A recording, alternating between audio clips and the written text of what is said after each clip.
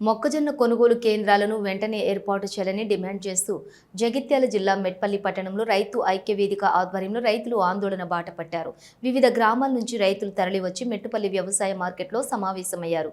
అనంతరం యార్డు నుంచి పాదయాత్రగా పాత బస్టాండ్ వద్ద జాతీయ రహదారిపై ధర్నా నిర్వహించారు. దీంతో వాహనాలు ఎక్కడికక్కడ నిలిచిపోయాయి. దళారి ప్రభుత్వం అని చెప్పి ఈ సందర్భంగా చెప్తున్నాం. ఎందుకంటే నిజామాబాద్ జిల్లాలో 90% మొక్కజొన్న కొనుగోలు కంప్లీట్ అయిపోయినాయి.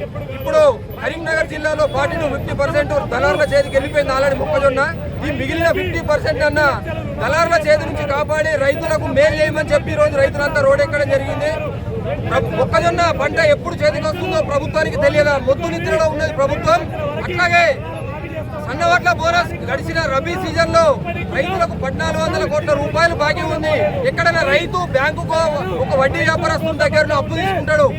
ప్రభుత్వం రైతుకు బాకీ ఉన్నది అంటే అది ఎంత సిగ్గుచేటు చెప్పుకునేందుకు ఈ ప్రజా ప్రభుత్వంలో మొక్కజొన్న అనేది ప్రధానమైన పంటగా పండిస్తా ఉన్నాం. గత 15 రోజులుగా ప్రభుత్వాన్ని వేడుకుంటా ఉన్నా కనుకరించడం లేదు. ఇప్పటికీ 4 సార్లు కలెక్టర్ని కలిసిన కనీసం కనుకరణ చూపించలేదు. కాబట్టే ధర్నాకు వచ్చినాం. ఇవాళ క్వింటాల్కి ఏం లేకుండా 500 నుంచి 600 రూపాయలు నష్టపోతున్నా రైతు నష్టపోకుండా కూడా ప్రభుత్వం చూస్తుంది.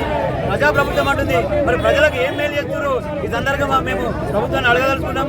మరి మీరు యంత్రాంగం మీద ఏం చేస్తుంది? 15 రోజులైనా నెల రోజుల నుంచి మేము మొక్కజొన్న కొనుగోలు కేంద్రం ఏర్పాటు చేయాలని మీకు తెలియదా?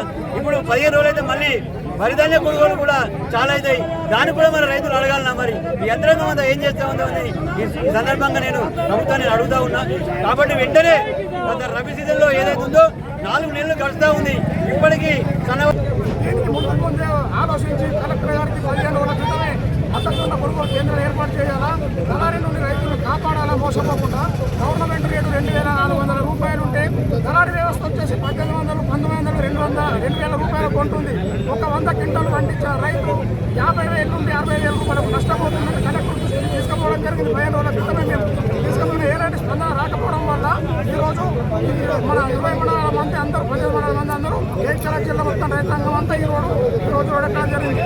దీనికి బోనస్ కూడా పోయిన ఏసీల బోనస్ 1800 కోట్ల రూపాయలు, 500 సన్న పంటకు 500 రూపాయల బోనస్ ఇస్తున్నాడు.